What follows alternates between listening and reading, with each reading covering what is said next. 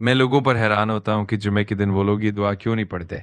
अगर उनको गाड़ी चाहिए तो अल्लाह ताला गाड़ी देगा, उनको अपना घर चाहिए अल्लाह ताला उन्हें अपना घर देगा, उनको पैसा चाहिए अल्लाह ताला पैसा देगा। लेकिन पता नहीं अक्सर लोग उस दुआ को पढ़ते नहीं है। मैं खुद इस बात का गवाह हूँ। तो 1 महीने की पहली बात है जब मैंने एक दुआ किसी बंदे को बताई, मौलाना साहब मेरे पर कर्ज है, मैं चाहता हूँ मेरा घर हो, गाड़ी हो, बंगला हो। मैंने कहा कि ये दुआ आप जुमे के दिन पढ़े और किस वक्त पढ़नी है इंशाल्लाह आप देखेंगे। इतवार के दिन मुझे बताया गया कि मौलाना साहब इसी 2 दिन के फर्क में मेरे सारे कर्ज खत्म हो गए। कितने दिनों में? 2 दिनों में। और ऐसा वजीफा है कि आप अंदाजा लगाएं, हदीस पाक में भी इस दुआ का जिक्र है। मैं खुद बहुत खुश हुआ और मैं आप सबको कहता हूं आप इस दुआ को दूसरों तक पहुंचाएं ताकि उनका भी फायदा हो। मुसलमान वो है जो अपना भी फायदा सोचे और दूसरों का भी।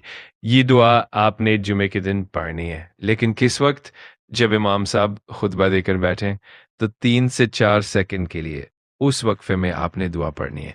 जब आप ये दुआ पढ़ लेंगे इंशाल्लाह 2 दिन 3 दिन या एक हफ्ते में आपके कर्ज भी खत्म हो जाएंगे। अल्लाह ताला आपको घर भी देंगे, पैसे भी देंगे। इस दुआ को दूसरों तक पहुंचाए ताकि सबका भला हो। मुसलमान का सच्चा किरदार यही है कि वो अपने साथ साथ दूसरों का भी सोचे।